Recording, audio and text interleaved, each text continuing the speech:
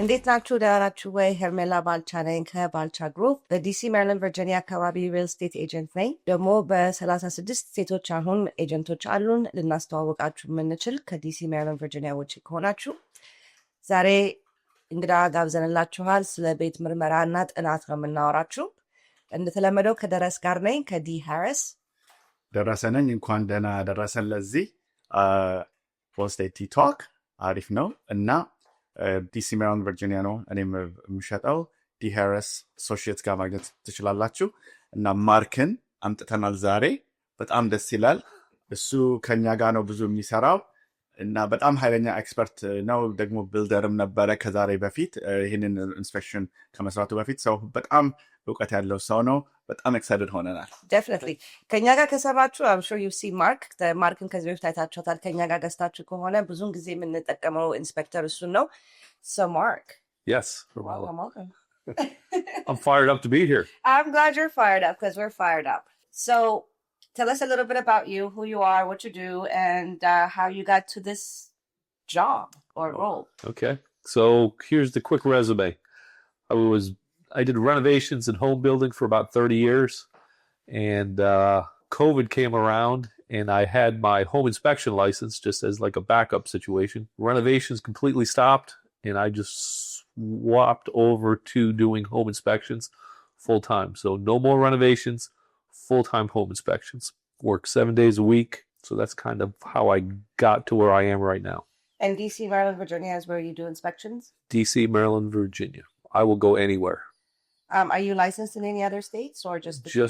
Just the three. Okay. Yes. So obviously, you know I love working with you.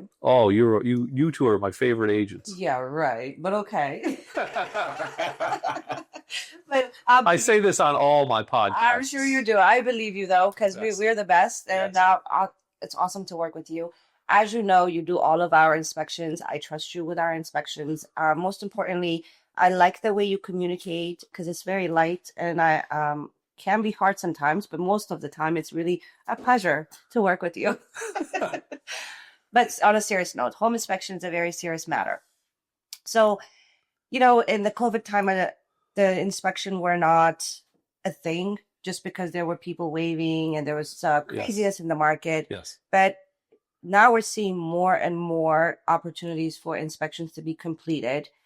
And I'm really excited about that because I don't believe in purchasing your home without an inspection because it's always good to know what you're getting yourself into. Oh, yeah, 100%. I mean, you're spending several $100,000 on a house, and you can go in blind or you can go in informed on what you have when you move into the house and what maintenance needs to be done, age of systems. To me, it's crazy not to go into purchasing a home without doing a home inspection. I wouldn't even buy a used car without having my mechanic take a look at it. I agree, 100%.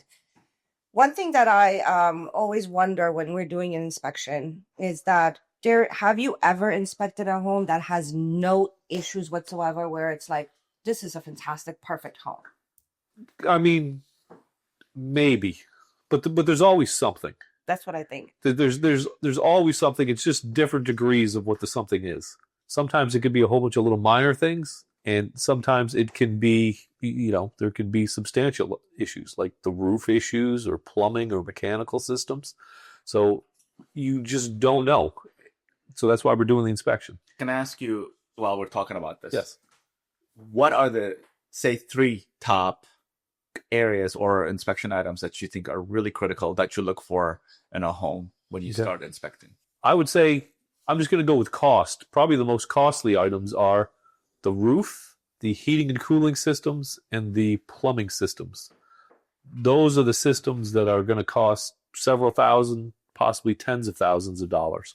So to me, those are the main things that you're going to look at. And obviously you're going to look in the bathrooms and make sure there's no leaks and check all the appliances and, you know, outlets. You know, the water piping system could be expensive. There's some electrical panels that could be expensive to replace, but those are the main ticket items that could be costly. So foundation is one of the things that we always talk about, right? When you're looking at a foundation, I get this question a lot. So they're like, oh, the property was built in 1953. Oh, like, do I really want to buy something that old? Or a property that is in the 2000s or like brand new construction.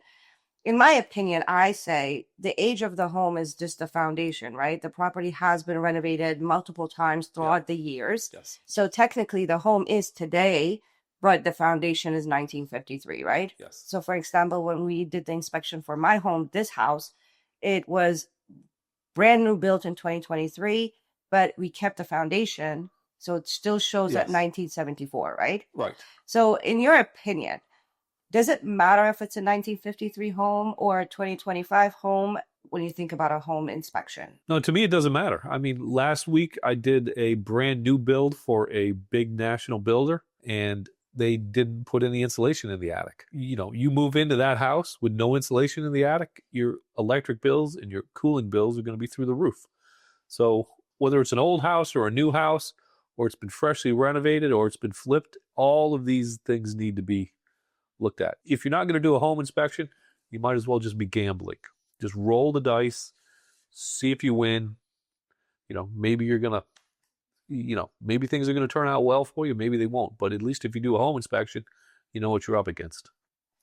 So what you always say to me is, your inspection, if you inspect the home today, we are looking at what has happened in the past Yes. until today. Yes. Just because you inspected the home and the electrical system is great, everything is fantastic, does not mean you will never run into any issues moving while you're living in the home. No. Every home that you own, there's maintenance that needs to be done, whether it's get the leaves out of the gutters, change the filters, do the service on the heating and cooling system, drain the water heater, you know, keep the outside of it painted, keep the caulk done, you know, the grading, the downspouts, keep them clear, make sure they're going 10 feet away from the house. So every house that you buy, you don't move into it and forget about it. You have maintenance to do. You need to keep up on the maintenance. It's the same thing as if you have a car, change the oil, rotate the tires. Don't change the oil, your car is going to break down quicker. Same thing with your house. Do the maintenance. So what would you say the maintenance items are? So I purchased my home. What are the things that I should keep top of mind and constantly make sure that I'm taking care of it on a year to year or month to month or quarterly, whatever? Do you have any items that you would say? Yes. So the first thing I tell people, when you move into the house, go outside during a rainstorm. I'm not talking drizzle. I'm talking when it's really raining. Look at the roof. Make sure the water from the roof is going into the gutters. Make sure it's coming down the downspouts, and make sure it's going 10 feet away from the house. The majority of foundation problems happen because of the water off of the roof coming down to the foundation, ruining the either the concrete or the masonry block work. But if you get the water away from the house, that's the number one thing that you need to do, is get the water away from the house. And then if we're talking on the inside of the house, you're supposed to drain your water heater once a year to get the sediment out of it, to make it last longer. The heating and cooling system, that's supposed to be serviced twice a year. Make sure that the coils, which are the interior component of the air conditioning system, are clean, free of debris. The outside unit has coils on it also. That needs to be cleaned. They need to check the refrigerant pressures. There's a whole bunch of maintenance that you need to do on these systems. And if you do the maintenance, things are going to last a lot longer. Question about, in some cases, in some markets, yes, it's still competitive, right? Yep. And we in order to be competitive, we advise our clients to pre-inspect the home. Yes. Can you talk about, because that's a shorter window, yes, but we still do that to protect them, yes, because we don't have the opportunity to inspect fully like yes, the way we would. What do you focus on when you look at that pre-inspection for the, for that kind of situation? What are the focus what do you focus on? Okay. So people say that I'm pretty thorough and efficient. So you give me an hour, I can give you a really good indication of what you have in the house. And it's the same thing. The main things you're looking at is the roof. Make sure the heating system comes on. Make sure the cooling system is operating correctly. You're checking the water heater. You're checking the electrical panel. You're checking the wiring, what kind of water pipes that you have in the house. Those would be the main things that you're going to look at. And then obviously you're still going to go through and test as many as appliances and outlets and windows that you can test while you're... So focus is, like, you may not open every window, but you'll test the appliances, yeah, you'll test the plumbing, yeah, and you'll make sure that the heating, cooling systems, electrical panel, and yes, the roof are So that's what you focus on, that 45 minutes. Yes. I know you're fast. Sometimes you kind of do that in an inspection anyway, but generally speaking, that would be, if it was a big house, that would be the focus. Yes. Okay. And then after that, you can give a confidence to the buyer. Hey, you can waive your home inspection because everything else looks good, or at least you could tell them what the status is. Correct. Okay. Yes. Yes. So when we're doing inspection, what are the inspection processes? So you come in, you turn on the water. Okay, so the way I run through an inspection is I drive up to the house.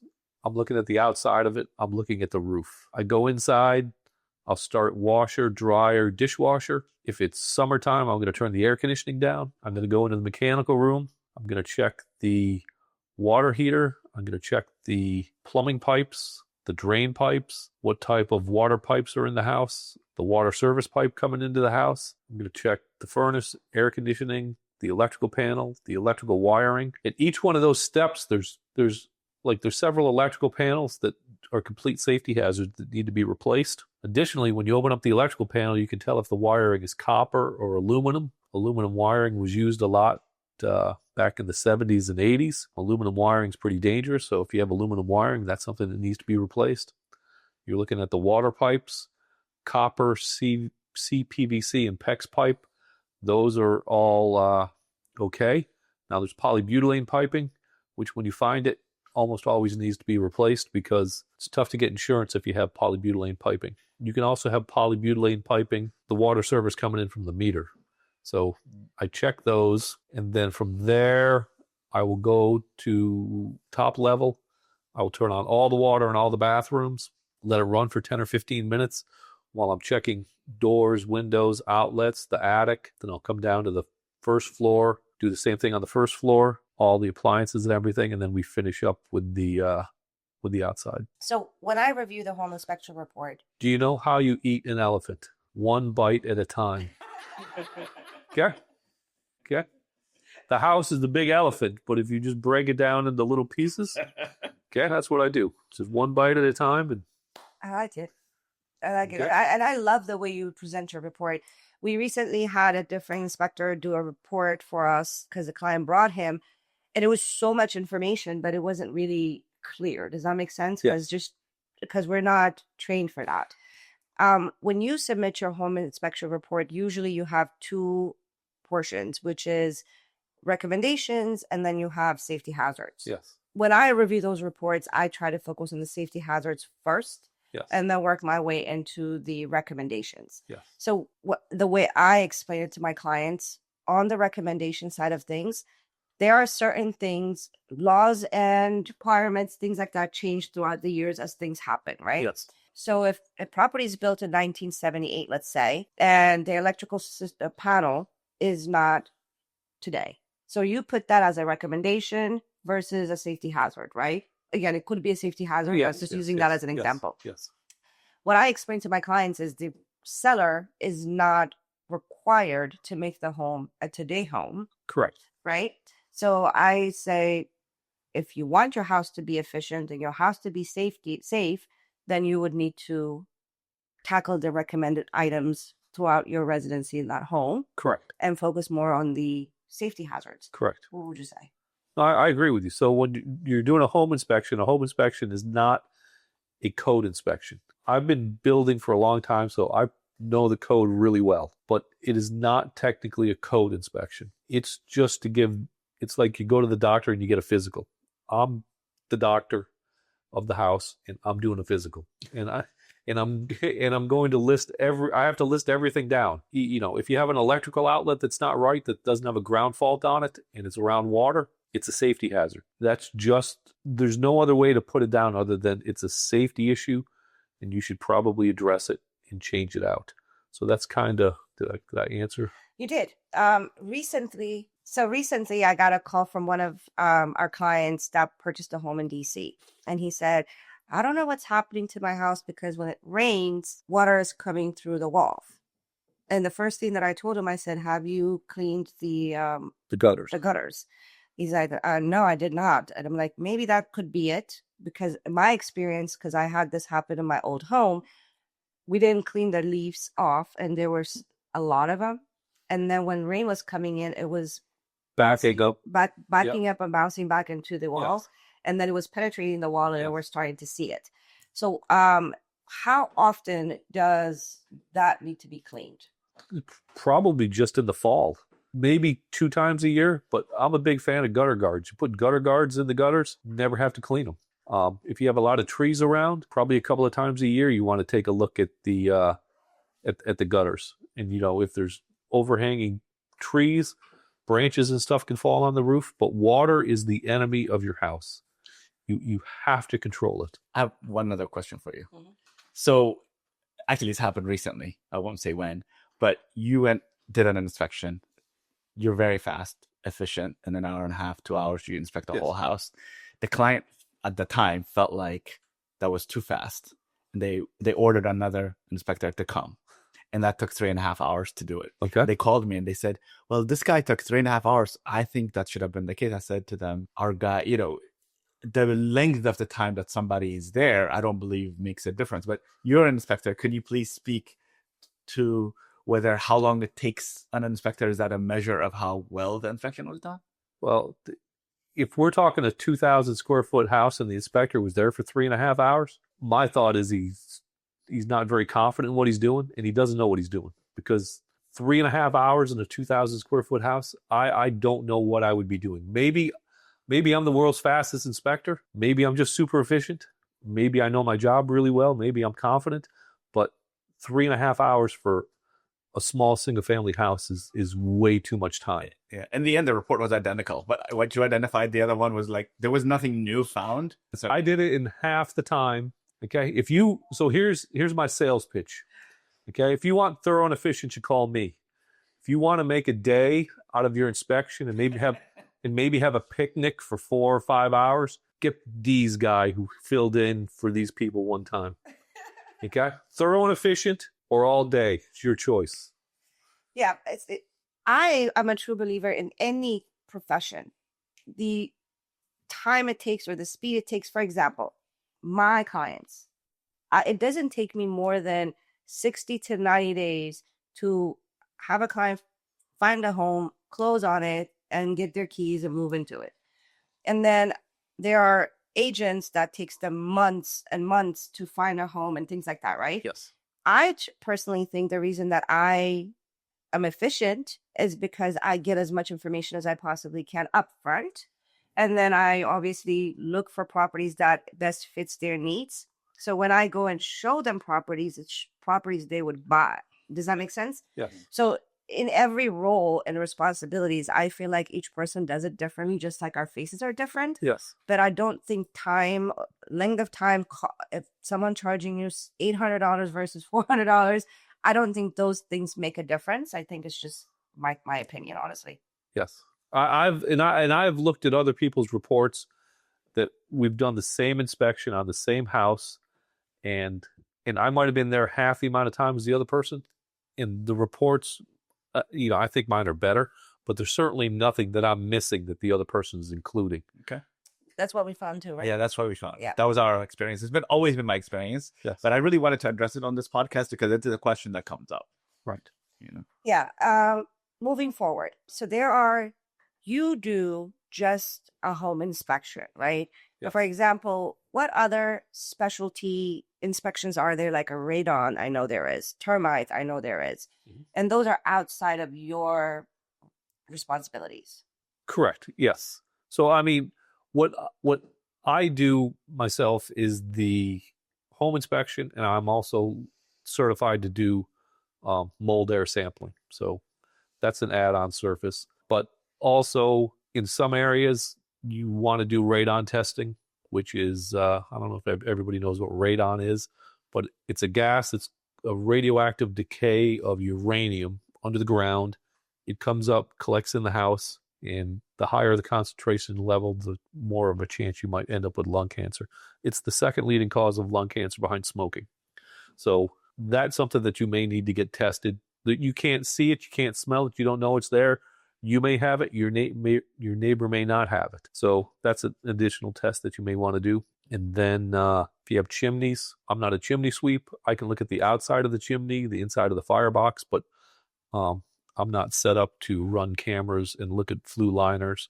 So that's a separate inspection that you might want to do. Sewer scope. Some people want to do a sewer scope on the sewer line going out to the street, but those are some of the add-ons that you can do for an inspection. So people that buy in DC, we see central air, and then we have the wall units or the window units, I should say. Yep. And then the ones that are at the bottom of the baseboard. Radiators. Yes. So are one better than the other? Well, for heat, I think the best heat that you get is radiators. So if you have a boiler with radiators are just going to give you nice, even, consistent heat. The best heat you can get. I know some people want to take them out, but I would never take out radiators in a house. Forced air, especially for heating, the system is either on or off, and it's going to blow hot air for 5 minutes and turn off for 10, and then it's going to come back on. So things heat up and they cool down, but with a radiator, absolutely beautiful, perfect heat. I would keep those. Is there cost savings on utilities from one to the other? I don't know that. I just know that it's better. It's comfortable. Gotcha. Yes. Thank you, Mark, for coming. Thank you, Really, Lee. Thank you, Hermela. Very, very helpful. Very informative. And I think to have you in person to talk about some of the details has been very helpful to our viewers and our customers and people that know you, of course, know you. And we appreciate you for coming. And ደረሰ ሃሪስ ነኝ። በጣም አመሰግናለሁ ስለዛሬ ስለተገናኘን። D Harris and Associates on Facebook and TikTok and Instagram. You can follow me. Hermela Balcha ነኝ ከባልቻ ግሩፕ። ኢንስታግራም ላይ the Balcha Group፣ ቲክቶክ ላይ the Balcha Group፣ ዩቲዩብ ላይ the Balcha Group፣ ፌስቡክ ላይ the Balcha Group አለኝ፣ Hermela Balcha አለኝ። እዛ እንገናኛለን። Mark, do you want to tell them about you and give your phone number for those that want to? Sure. It's FSI-inspections.com, and you can find me on Instagram, FSI_inspection. So FSI out.